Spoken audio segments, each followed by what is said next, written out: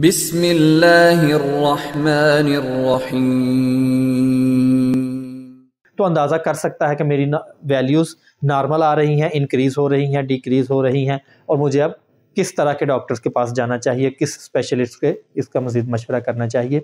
अस्सलाम वालेकुम नाज़रीन, हकीम खुर्रम शहज़ाद मल्ली आपसे मुखातिब है। नाज़रीन, आज का वीलॉग हमारा तशख़ीस के हवाले से होगा। इल्म तशख़ीस में हम एक रिपोर्ट करवाते हैं जिसको CBC कहते हैं, यानी जिसमें कंप्लीट ब्लड सेल काउंट किए जाते हैं। CBC का मुखफ़्फ़ CBC complete blood cell count का है। तो आज के लेक्चर में हम बात करेंगे CBC क्या है, CBC कब से की जा रही है, इसका इर्तिकाई मराहल कौन कौन से हैं, और CBC क्यों करवाई जाती है, किस लिए हम किसी पेशेंट को, किसी मरीज़ को ये कहते हैं कि आपका ये ब्लड टेस्ट होना चाहिए जिसको हम CBC कहते हैं, उसमें हम क्या देखना चाहते हैं। और सबसे अहम जो इस वीडियो में हम डिस्कस करेंगे वो ये है कि हमने इस रिपोर्ट को पढ़ना कैसे है, इसमें दी गई वैल्यूज़ का मतलब क्या है, उनकी नॉर्मल रेंज क्या है, अगर वो अपनी रेंज से बढ़ जाएं तो उससे क्या होता है, अगर वो कम हो जाएं तो उससे क्या होता है। इस वीलॉग में हम बात करेंगे कि CBC रिपोर्ट को कैसे पढ़ा जाए और उसमें दी गई वैल्यूज़ किस मकासद के लिए इस्तेमाल होती हैं, अगर उसमें कोई उतार चढ़ाव आ रहा है तो उससे आपकी सेहत पे क्या असर पड़ेंगे। तो आइए अपने लेक्चर का आगाज़ करते हैं। सबसे पहले हम बात करेंगे कि CBC क्या है। CBC क्या है, तो जिस तरह मैं बता रहा था, CBC मुखफ़्फ़ है कंप्लीट ब्लड सेल्स काउंट का। इसमें ब्लड्स में जो सेल्स पाए जाते हैं उसको गिना जाता है। मेजरली ये जो टेस्ट है वो सेल्स, ब्लड के सेल्स को गिनने का है। इसको FBE भी कहते हैं, और FB के अलावा FBC भी कहते हैं। FBE full blood cell examine, और FBC full blood cells count. तो इसके लिए ये तीनों नाम इस्तेमाल होते हैं। इसको तो हम CBC कहते हैं। ये चीज़ क्लियर हो गई कि जो ब्लड के सेल्स हैं उसको गिनने का अमल CBC है, ये काउंट से रिलेट है। इसकी तारीख़ क्या है, सबसे पहले 1852 में कार्ल नामी शख्स ने एक स्लाइड पे खून के कुछ कतरे रख के तो माइक्रोस्कोप की मदद से उनको गिना था। यहाँ से खून के जो सेल्स हैं उसको गिनने की इब्तदा हुई। उसके बाद 1874 में लुइस चार्ल्स ने इसमें कुछ मज़ीद तहकीक की और इसको मज़ीद बेहतर बनाया। उसके बाद 1929 में मैक्सवेल ने इसकी ऑटोमेटिक मशीन ईजाद कर दी, जो ऑटोमेटिकली, पहले मैनुअली काउंट किया जाता था, ये ऑटोमेटिकली काउंट करके उसकी वैल्यूज़ देती थी। ये तो था इसका इर्तिकाई अमल। अब आ जाए जी, हम CBC करवाते क्यों हैं। CBC में आम तौर पे तो 3 वैल्यूज़ देखी जाती हैं कि किसी मरीज़ का हीमोग्लोबिन कितना है, यानी कि उसमें खून की मिकदार क्या है, उसके ब्लड सेल्स कितने हैं, वाइट सेल्स कितने हैं, और प्लेटलेट की तादाद क्या है। आम तौर पर यही देखा जाता है, लेकिन इसके अलावा भी उसमें कुछ वैल्यूज़ होती हैं जिनको हम डिस्कस करेंगे। तो हम बात कर रहे थे कि ये टेस्ट करवाया क्यों जाता है। एक पेशेंट आपके पास आता है, वो कहता है मुझे थकावट महसूस होती है, और अक्सर थकावट ही रहती है, मुझे हल्का हल्का बुखार रहता है, किसी के जिस्म पे नीले धब्बे हों, ऐसी चीज़ें जिसको देख के हमें लगे कि इसमें खून की मिकदार कम है, इसमें ब्लड सेल्स की मिकदार कम है, वो रेड हो सकते हैं, वो वाइट हो सकते हैं, या जिस तरह डेंगू में प्लेटलेट गिरते हैं, उन प्लेटलेट की मेजरमेंट को देखने के लिए। और इसके अलावा इसके साथ एक टेस्ट होता है ESR, उसको देखने के लिए ये टेस्ट करवाया जाता है। तो दरअसल ये आपका जो मुआलिज है, चाहे वो हकीम है, तबीब है, डॉक्टर है, या कोई किसी और यानी कि मकतबा फ़िक्र से ताल्लुक़ रखता है, एलोपैथिक से है, आयुर्वेदिक से है, ये उस पर डिपेंड करता है कि वो क्या बेहतर समझ रहा है कि आपका CBC होना चाहिए या नहीं होना चाहिए, या किस वजह से वो करवा रहा है। लेकिन अमूमी तौर पे यही होता है, मुसलसल बुखार रह रहा हो, जिस्म से थकावट ना जा रही हो, जिस्म पे नीले निशान हो, प्लेटलेट की तादाद देखनी हो, खून की मिकदार देखनी हो, वाइट सेल्स को देखना हो, तो इन चीज़ों को देखने के लिए आमतौर पर CBC करवाया जाता है। अब बात करते हैं CBC रिपोर्ट पढ़ने की। CBC रिपोर्ट पढ़ने से पहले आप ये देखें उसमें कौन कौन सी वैल्यूज़ दी जाती हैं, उसमें कौन कौन सी आपको चीज़ें बताई जाती हैं, जिनकी मिकदार आपको बताई जाती है। उस मिकदार को देखना है आपने, उससे कम या ज़्यादा आई है नॉर्मल से, तो उसकी बीमारी आपने डायग्नोज करनी है।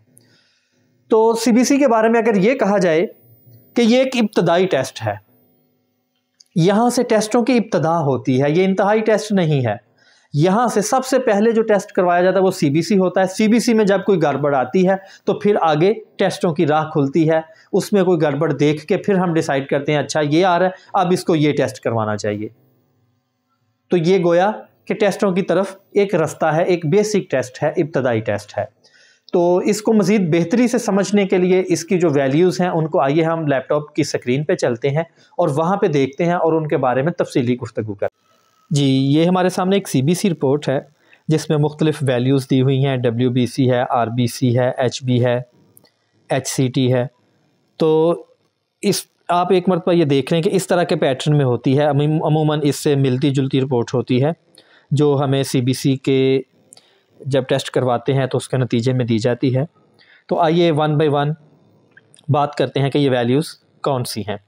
सबसे पहले है जी WBC, वाइट ब्लड सेल। ये जिस्म में इन्फेक्शन के बारे में बताते हैं। वाइट ब्लड सेल्स हमारे जिस्म के मुदाफ़ियाती निज़ाम यानी इम्यून सिस्टम का हिस्सा हैं।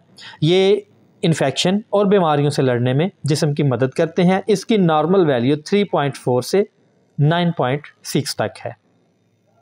उसके बाद है RBC यानी red blood cells. Red blood cells या खून के सुर्ख ज़र्रात, खून में पाए जाने वाले जो सुर्ख रंग के ज़र्रात हैं, ये ऑक्सीजन को जिस्म के तमाम हिस्सों तक पहुंचाते हैं। इनकी नॉर्मल रेंज मेल में 4.3 से 4.6 जबकि फीमेल में 3.9 से 5.1 तक है। उसके बाद HB यानी हेमोग्लोबिन है। तो हीमोग्लोबिन खून की मिकदार है, खून में दीगर ज़र्रात की निस्बत सुरखुलियात ज़्यादा पाए जाते हैं। इसकी वजह यह है कि इनका काम ऑक्सीजन को जिस्म के हर हिस्से तक पहुंचाना और कार्बन डाइऑक्साइड को खारिज करना है। HB यानी हीमोग्लोबिन भी खून के सुरखुलियात को ही कहा जाता है। अब सवाल ये पैदा होता है कि RBC और HB में फ़र्क क्या है। खून के सुरखुलियात के अंदर जो प्रोटीन पाई जाती है उसे हीमोग्लोबिन कहा जाता है। उसका काम ऑक्सीजन को सारे जिस्म तक लेकर जाना है, जबकि RBC का काम कार्बन डाइऑक्साइड को सारे जिस्म से इकट्ठा करके फेफड़ों तक पहुंचाना है ताकि ये बाहर खारिज हो सके। हीमोग्लोबिन की नॉर्मल मिकदार मेल में 13.2 से 16.6 जबकि फ़ीमेल में 11.6 से लेकर ये तकरीबन 15.0 तक है। अब बात कर लेते हैं HCT, हेमाटोक्रिट की। ये खून में रेड ब्लड सेल्स के तवाज़ुन के बारे में मालूमात देते हैं।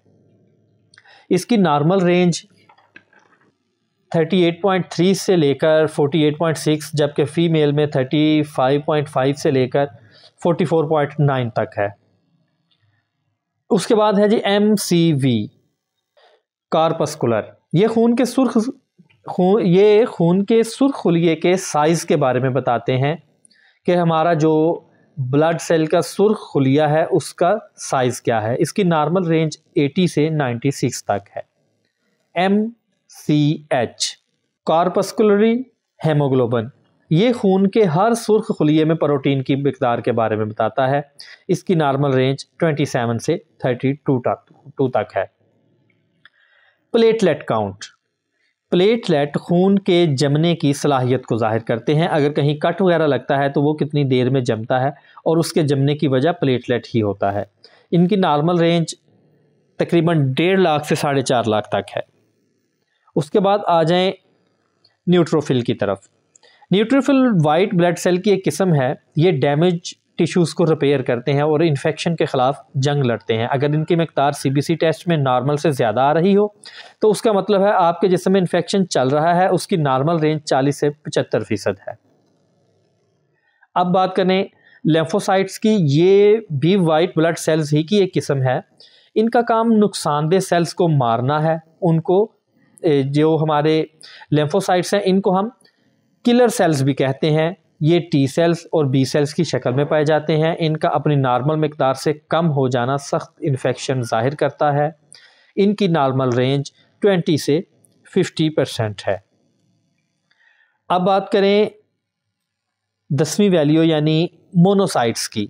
ये भी वाइट ब्लड सेल्स ही की एक किस्म है। इनका काम हमारे मुदाफ़ियाती निज़ाम को मजबूत करना है।